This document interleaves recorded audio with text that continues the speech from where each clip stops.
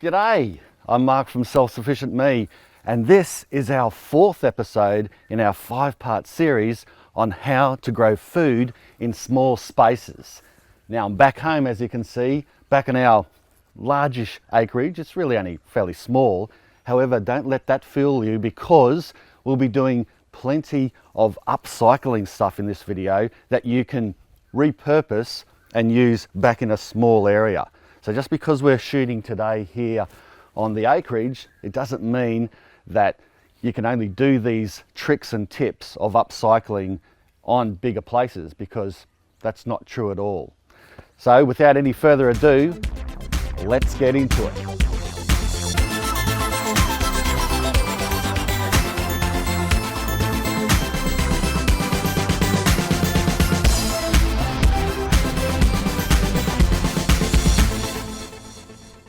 Now, if you haven't seen the first 3 episodes in this series, make sure you check them out in the description below and a link up here as well. So for this upcycling episode, we're going to do 3 examples or tips and tricks. The first one is going to be upcycling this pallet and turning it into a grow wall.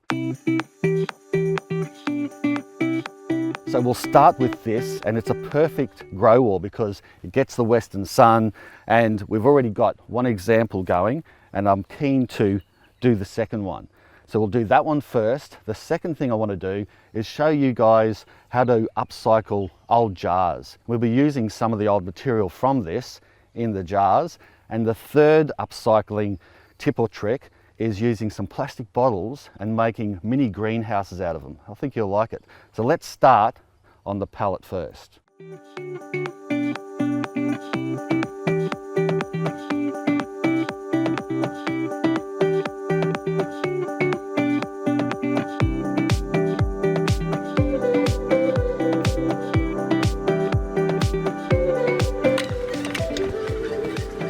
Weapon fails to fire.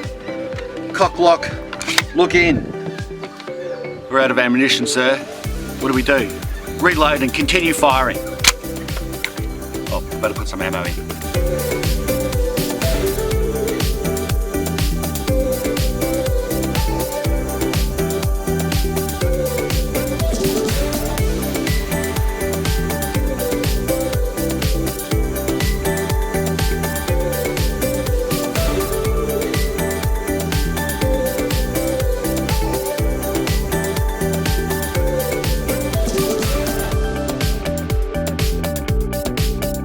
Okay, so now we've finished filling it up. Let's get into the fun part and start planting out. Let's start with the top here, and for a start, I want a cucumber on each side. And now let's put in some strawberries. Perfect, that's exactly what I wanted. The cucumbers on each side there, they're a fairly big plant. They'll cascade down the sides. It's cucumber season now, and it's also strawberry season for backyards here. So these strawberries will cascade over the sides, and I just wanted to plant more strawberries since, well, everyone loves strawberries.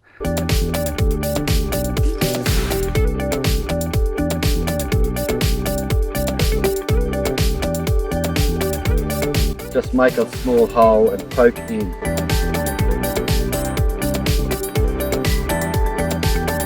Crikey, this is taking a long time. Let's get some extra help in here so that we can get this going and move on to the next tip.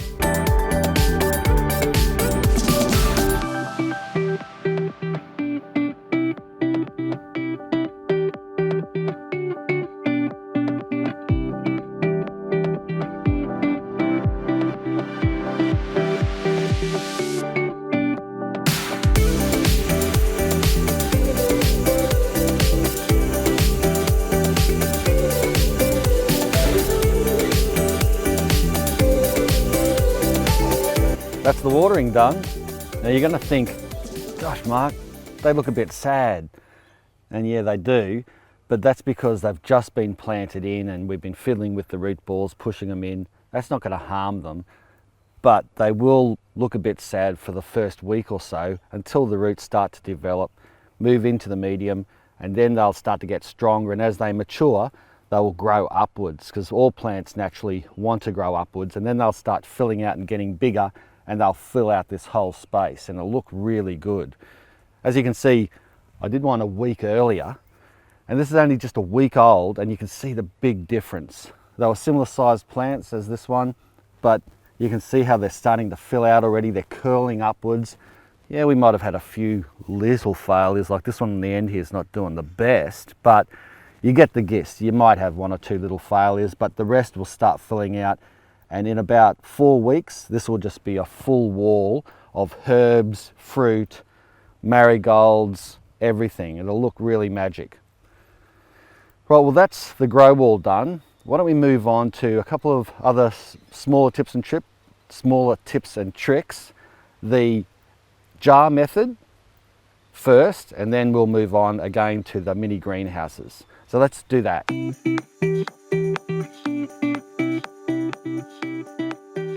So the second example we'll use is these upcycled jars. We've got a ball jar here with just some pebbles already placed in the bottom, and also an old anchovy jar. Our family's mad on anchovies, so we buy them in bulk, but the secondary reason is, it's better than those tinned anchovies, because when you're finished, you can repurpose this jar, and it's a really good jar. I mean, you can use them for jams and everything, but it's got a cool lid on it, and you can see we've already were using it for rice flour before I commandeered it for a second repurposing for this demo. So we'll just do a quick demo. We've got the pebbles in the bottom, and we're going to use some of the leftover backing from the pallet demo that we just done. Some of this shade cloth, we'll cut it into circle thingies, and we'll put it in, and what that'll do is it'll stop the medium from mixing with the pebbles. Because these don't have drainage holes in the bottom, you're not going to get a proper drainage system. So when you put your plants in, if you fill it up too much, it'll stay wet and the roots will get waterlogged and the plants will die and go all stinky. So to stop that, you separate the pebbles with this shade cloth. Then you'll always be able to see if there's some moisture in the bottom of the jar, and that way, when you can see that the moisture's gone, you can then keep re-topping up, and that way you don't overwater the jar.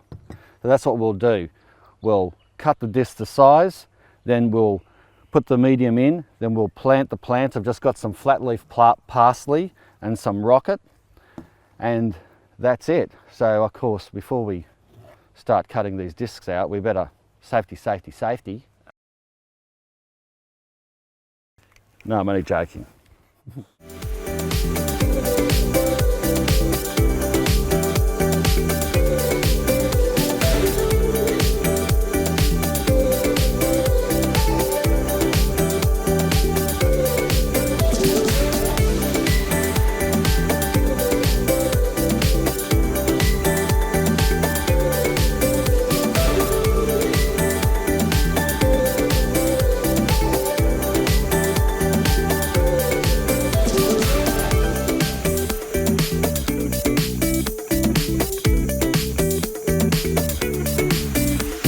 Our final example number 3 of upcycling, is just using plastic bottles, or any type of plastic bottle really, as a mini greenhouse. Right here I've got a couple of cuttings from one of our mulberry trees, and to keep them moist, so that these cuttings are successful, you want to keep the moisture in. You don't want them to dry out too quick, and you don't want them to get too cold either. So I just cut out an old vinegar bottle and just cut it in half, put a few slits in the side, and then you can just squeeze it on and it goes into place. I'll give you an example now of how to make one. So Stanley knife, a standard bottle. I've got some cucumbers that have come up in some compost. This is tumbler compost that I made. It's an experiment that I'm going on, but it's still not spring yet, and I'm worried that this little seedling coming up might get burnt with frost or too cold, so I want to protect it. And the easy way to do it is just use any type of plastic bottle. It could be a soda bottle, cut him in through like that. Again, if you're propagating cuttings, what you could do is just cut some slits in, and then you could press that on, fill that with medium, put your cuttings in, and you've got a mini greenhouse. You can regulate the temperature if it gets too hot in there, take that off and let the plant breathe, or you could leave that on and drill a hole in the top, and that'll leave a little bit less, or a little bit more air out, but not too much, if you know what I mean. But in this case, we'll just use the top bit, whack him over the seedling, and just sit it there like that. You could, I don't have any little stakes now, but you could use like pencil-sized stakes just to hold it in place. But it's just a quick example of giving you an idea. I'm sure you know what I'm talking about now. Leave it on, and maybe through the day if it gets too hot, I'll take the lid off, and at night again, put the lid back on and keep that seedling safe. So that's that third tip of upcycling. Pretty simple and straightforward. And that's it. Those were my 3 methods of upcycling. Make a pallet wall out of an old recycled pallet. Looking pretty good. Jars, and also the mini greenhouse, using with cuttings or to protect seedlings. These things can be done in the city or in an urban environment or practically anywhere, and they're really easy to do and low cost. If you liked this episode, make sure you give it a big thumbs up, and don't forget to subscribe if you haven't already. The next episode is the final in our 5-part series, and it's yours truly going for a bit of a walk around, and I'm going to have a chat about why I got into self-sufficiency and what really influenced me to make it part of my life, a really big part of my life. Thanks a lot for watching. Bye for now.